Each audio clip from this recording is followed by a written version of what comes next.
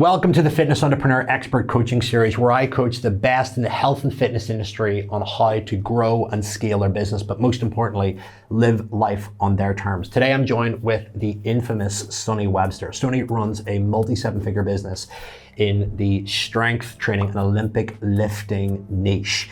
And he's got products ranging from low ticket, mid ticket, the whole way through to high ticket. And I'm going to be coaching him through his biggest challenges. Sonny is a great friend, a client, and I've really enjoyed watching his success over the last few years working together. Now, before I get into the coaching call, I want you to picture your own business for a second. You set up a fitness business for one main reason. And that one main reason was to simply live life on your own terms. In order to make these happen, you need three things. You need powerful marketing that takes you from a nobody to an authority. You need a predictable sales process and series of offers that take you from relying on luck and randomness to absolute certainty. And you need world-class delivery that gets results for your clients without you needing to be there, and essentially takes you from being hands-on to hands-off. The big problem in the fitness world and in the health and fitness world, in fact, in any business, is that entrepreneurs struggle or don't know how to delegate, and they don't know how to build a team because they're worried about letting go of control and they've never done it before. And as a result, they say to themselves, nobody else is going to do as good a job as me.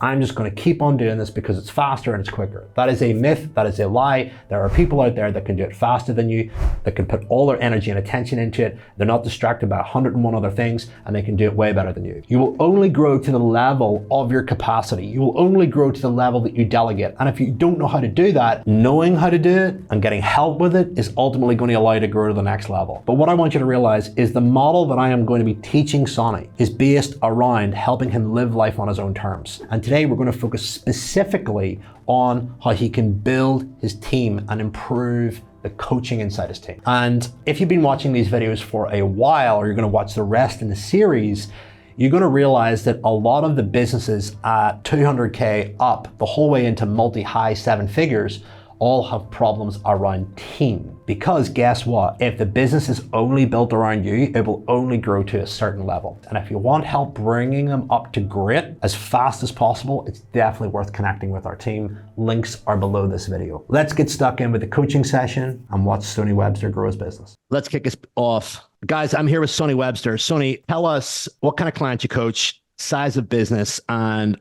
what your big problem is, and we're going to work through it today. Hey, Phil, and hey, everyone that's watching this. So my name is Sonny Webster. I'm 30 years old. I have four seven-figure businesses. We coach Olympic weightlifting athletes to improve strength and performance across the sport of Olympic weightlifting, but also people in the CrossFit market. We have hundreds of clients on a high ticket level and thousands of clients on a low ticket level for the businesses lifting zone and the mobility manual in particular. Awesome. Right. Let's get stuck into your problem. First of all, figure out what's the challenge, what's wrong, and what do you need help with? Where do we start, Phil?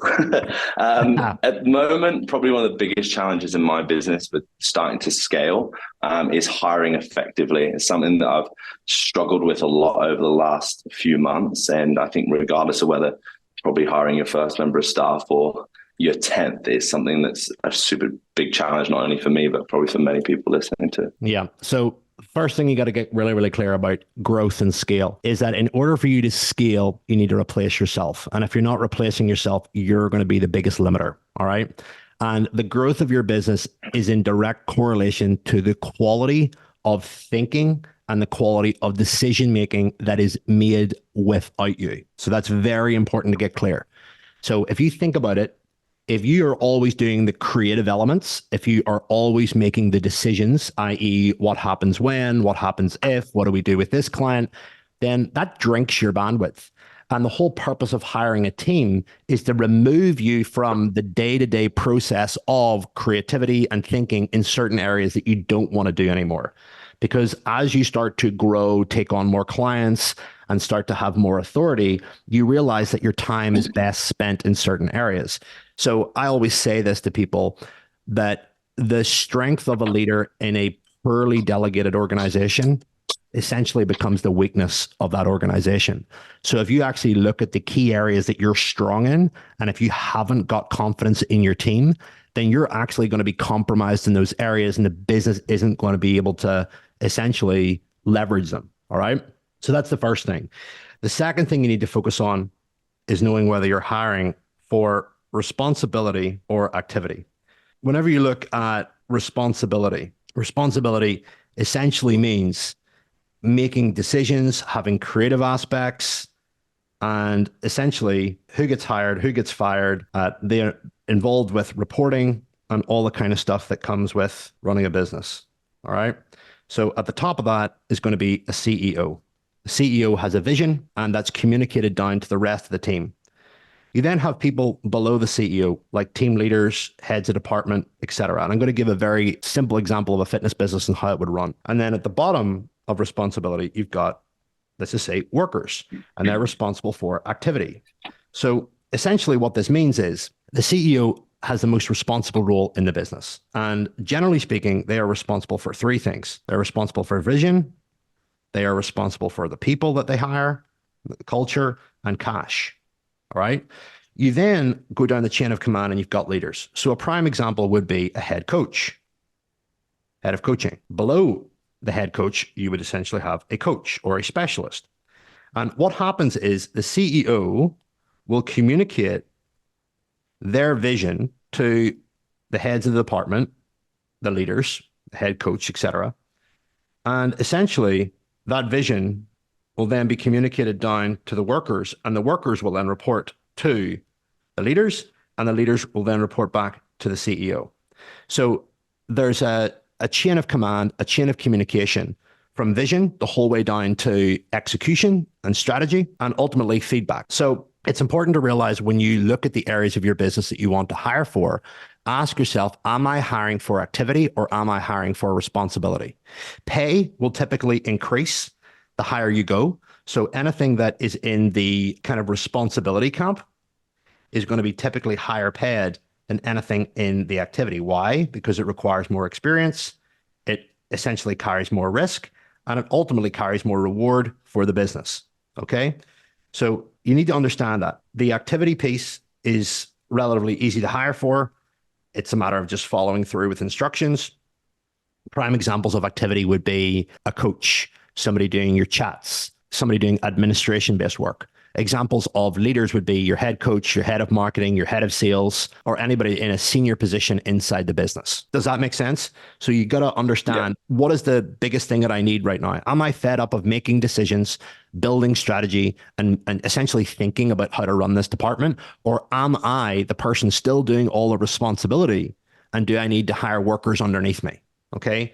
And if you look at a very simple org chart, if we have a CEO at the top of the fitness business, the founder, CEO has an admin assistant, somebody to do their day-to-day, booking of flights and all their miscellaneous admin. And then you look at the departments of a business, you've got marketing, you've got sales, you've got delivery, and then you've got some ops-based stuff. So generally speaking, there will be underneath this, a head, so the leader, and then underneath that, you will have essentially the workers that are carrying out all the activity. And the head of that department is the individual that creates the strategy, runs the meetings, keeps things accountable, and then presents a report back up to you as a CEO. Okay. So there's that feedback loop. Same with sales. You've got a head, typically your head salesperson. They're responsible for looking at what's in the diary, looking at the conversion rate, making sure that the team are trained properly, giving any feedback on sales calls, recordings, etc., and also reviewing commission and making sure that it's accurate, and again, feeding it back up to you. All right. So, you typically have a head closer or a sales manager, if you like, and then you'd have the sales team underneath. So sales team would be chat person, maybe another closer, etc. It might even be two people. It might just be a closer, a chat person, and the head closer is the person that essentially reports back. Delivery, you've got your head coach, and then you've maybe got, coaches underneath them, specialist coach, whatever. Ops is going to be the likes of, accountancy, legal, and that's typically outsourced. All right. So, marketing, your workers are going to be graphic designer, videographer, copywriter, media buyer, all that kind of stuff. But what I'm trying to say to you is, if you're looking to scale, that you need to have somebody appointed to the head of the department, and those people ultimately are, going to be accountable to reporting back up to you. Does that make sense? You can't have I'm not going to bring in like a COO or anything like that. But what I'm trying to say is, if you are looking to scale your business, you want people making decisions for you in marketing, sales, and delivery. Now, the next thing, we've talked about one, realizing that if you're spread thin, your strengths become a weakness. We've talked about two, making sure that you're hiring for activity or responsibility, just so that you're clear. Is this a hire for just day-to-day coaching or day-to-day bits and pieces, or is this actually a responsible senior role that I don't want to do anymore? What you then have to do, if you're trying to organize the hire, I always keep it really, really simple. And I draw three lists. And I really encourage every founder to do this when they get time in their business. But essentially, things that are fascinating, things that are okay, and things that are frustrating. And I recommend that you do this every 90 days. And what I recommend that you do is that you put in everything that you're doing. You audit your week. And what you ideally want to do is you want to ensure that your business and you as a founder are only focusing on this stuff. And you want to get rid of everything that's frustrating. When I say fascinating, it's stuff that inspires you, excites you, lights you up, stuff that's okay. Everybody says like you should only be focused on the stuff that you love. That is not true. It is impossible. There are going to be things that you are doing that bore you, that tire you, that essentially you can do better than anybody else. All right. And that are going to creep up. Now, what I recommend every 90 days is going through this list and identifying out of the fascinating list or out of the frustrating list what you want to build into a role, and anything out of this okay list that also can be added to that. And you basically take the two of those and you build them into a role. Okay. Now, if I'm going to give you a role, I'm just going to give you a quick overview on this. This is the process that you would run through. If you want to build out a role, here's a couple of key points that you really need to consider whenever you're building out a description of what it is you want to build. All right. And the reason why I'm sharing this is because this helps you unpack the thing that you want to delegate into a nice organized document or structure. The first thing is what it feels like. Nobody will ever tell you this. But whenever you make a hire, when I say, what does it feel like to be successful in the role for Sonny Webster? Having that written statement on the very top of a job description, role description, is critical. Why? Because it lets the candidate know, or the individual that's going for the role, essentially what you should be feeling like. So for example, let's say that you were hiring for a coach. One of the things that you would put in there would be, I don't want to worry about client check-ins anymore. I don't want to be dealing with client problems at certain hours of the day. And I want to ensure that my clients get the best support, the best education whenever they need it the most. And I want to ensure that they're winning, making progress without me needing to give feedback on their check-in forms or whatever it is. That's just a rough example. But writing that out, like how you would intend it to feel, is so important to communicate. And I feel that it's a missing piece in a lot of roles and descriptions, because so many people just put down numbers and all that kind of stuff, which are important, but the feel thing is important. Reality is, I look at hiring as a way to treat yourself. You hire to buy back your time so that you can focus on the stuff that you love doing or the stuff that you're amazing at, and ultimately to put you in a better position to drive the business. The second thing is key number. Okay, now this is really important. So every department has a key number. So for marketing, it's going to be, for example, if you're selling high ticket, booked calls. So that's going to be the key number, is going to be booked calls. For sales, it's going to be percentage conversion. For delivery, it's going to be churn. Those are essentially the numbers that you need to track. Booked calls, which is opportunity, booked calls and quality of calls, percentage conversion, and churn. So you want the team members in those departments to be optimizing for those specific things. So get clear on what is the key number to be accountable to. So for example, in a coaching business, world-class churn is under 4%. So if we were looking at this from a coach perspective, we would want churn to be under 4%. And if it's over 4%, then it invites a conversation to triage what is going wrong, why are clients leaving, what is the conversation like, what are the touch points like, etc. The next thing is then going to be, right, what are the actual roles? What are the actual responsibilities? Okay, list those out. And I typically like to then go into an overview of what the daily, weekly, monthly deliverables are like. So what do you do on a daily basis? A checklist, weekly basis, checklist, monthly checklist. Checklists will protect you. And when you map out a role from the perspective of a checklist, then it's predictable. And then the last thing that is important is communication cycle. So that's going to be things like meetings, when are they, reporting, etc. Now, when it comes to other things like, experience, qualifications, you can add that stuff in as well. Because you got to bear this in mind about team members, is that when they come to you with pre-built experience and pre-built skills, they can essentially charge more. They're worth more to the business. If they come with no existing experience or skills, there's risk on you because they're not competent, and you may have to install those skills.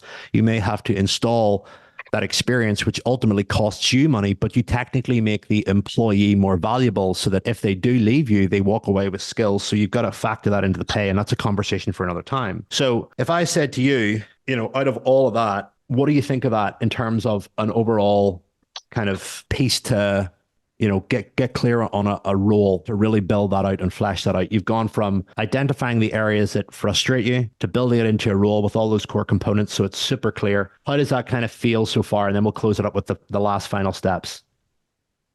Yeah, I think this is great because it helps you exactly get clear on the performance that you need from the person that you're hiring. But with that being said, I've brought people into my team in the past that have been through, friends or people that I've known or people that have been in my circle. And when standards have not been met in certain areas of that, that's where there's a fall down, I guess, in parts. So the reason why that happens is because you're hiring out of convenience. Mm. So when you hire out of convenience, you look for the easiest option, and the easiest option is onboarded the quickest, is easy to communicate to, kind of knows the culture. But the reality is they might not carry the skill set and they might not carry the experience, which then, like I said, creates a lag and brings risk into the business that you have to account for. Now, there's pros and cons to that because culturally they fit, but the ultimate thing is, are they driving results? And that's why it's so important to have that key number. And if you've got somebody in the business that has been there out of convenience, it's important that you actually rewrite the role because they've been in the business for a while and you're starting to realize that you're getting fed up or annoyed with certain things, results are off. So rewriting these roles is actually a really critical skill and benefit to the business because it refreshes what you want the team to be. It refreshes what it should look like and feel like to be running a very successful organization. And when you rewrite that, have a sit down one-to-one and communicate and go, look, the direction of the business is going X, Y, and Z, been evaluating the role. Our key number for this department is X. We've currently been at this for the last 3 to 6 months. I'd love to know, where do you think you're doing well? Where do you think you could improve? And then unpack that conversation and then simply go, okay, here's a couple of things that I've really been thinking of, and I'd love your take on this, and then run them through. And ultimately, you behave your way to success. Okay. So when you look at your key number of the business, you behave your way to that number. You behave your way to that number. So what is the daily, weekly, monthly checklist of behaviors like for that individual? So that's where you reevaluate and recalibrate and then reinstall, and then you can remeasure, and you measure the performance of these individuals on the meetings, right? So weekly meeting, monthly meeting, what's the end of month stat, etc. Hope that makes sense. Couple of quick things to finish. 100%. Number 3 is you got to advertise. So the first thing you got to look at is there anybody internally that could do with an elevation, that understands the company already, et cetera, that wants to step into a bigger role? Advertise it internally if so. If not, you're going to have to advertise it outside. Now, the beautiful thing is you've got a large following. You can advertise that you're looking for a certain role and like briefly document, must have this, must have that, must be a diehard raving fan of the work that we do. And the chances are you might get somebody. All right. And, 2-step it, DM me with the word, whatever, have a pre-built script going, hey, thanks. Like, here's the process. We want you to send a video together on who you are, what skills you bring to the table, why you want to work with us, all the very simple basic questions. I'll go into that another time. And then you shortlist the people that you want to interview. And here's a really important tip about interviewing. If you have any strong views about the world, or strong views about lifting, or strong views about something that typically goes against the grain, let's just say, for example, I'm going to use Andrew Tate as an example. If you're a fan of Andrew Tate, in an interview setting, you could say, hey, what are your thoughts on Andrew Tate? And if somebody comes back with an answer that conflicts against your understanding and viewpoint of Andrew Tate in a way where it's kind of like, he says bad things, it's not politically correct, it's not whatever, that's very much going to conflict with you at some point in the organization. So you want to position yourself almost as this crazy professor in your interviews, whereby people know that you're kind of edgy, because if they come with a vanilla answer, the chances are you're going to attract wokies and spazzes into your business. And the reality is you're not going to get on with them. So you actually want to let them know that, hey, like, you know, I'd love to know what your thoughts are on X, polarizing view. I'd love to know your thoughts on dealing with emergencies and getting shit done outside of like typical 9 to 5. If they're going to come back with, well, look, I've got a very aligned structure, I need to be 9 to 5 and I need to walk my dog between 1 and 2, and I'm a very organized person, and anything outside that drives me absolutely mad, chances are they're not going to be a great fit. Because you know as well as I do, in the nature of these businesses, you're going to have ideas at 6 o'clock on a Saturday night in a different time zone. You're going to see stuff that's going to do your head in, and you're going to want to deal with it there and then. So you've got to be able to create that expectation in the interview. Okay. And, you know, last but not least, you got to onboard them once you've selected the person that you want to work with. So I'm just going to run you through a very simple framework onboarding someone. So this is like your hiring funnel. All right. So when you hire someone, you want to be able to put them into a system that gets them up to speed with what you do, who you are, et cetera. So the first thing is who we are as a company, what we do, what our purpose is, how it started. They need to have a bit of culture. That's a 5-minute video. The second one is going to be something along the lines of products, services, and price points. So they actually need to know what you sell, what it does, etc. The third is an overview of client. And I always like to do great client, okay client, horrendous client, and show them their profiles, show them their social media, show them their interactions. The fourth is going to be culture. So what are the 10 commandments of your organization? How do you respond to conflict? How important is punctuality and time? What about decision making? You know, things like that. That's a conversation for another day. Then it's a run through of the role. And I would recommend that you do these all on Loom so that you can overview them with checklists and bullet points. The next one is tools and setup. And by the way, a great platform to do this on is Process Street, or you can do Google Docs if you want. So tools and setup is getting set up with their tech and all that kind of stuff. And then 7 is something like, you know, homework. And homework could be, what are the 10 things that excite you? What do you think you might find challenging? And what have you learned? Top 10 things. And then present that to leadership. So that's almost like an onboarding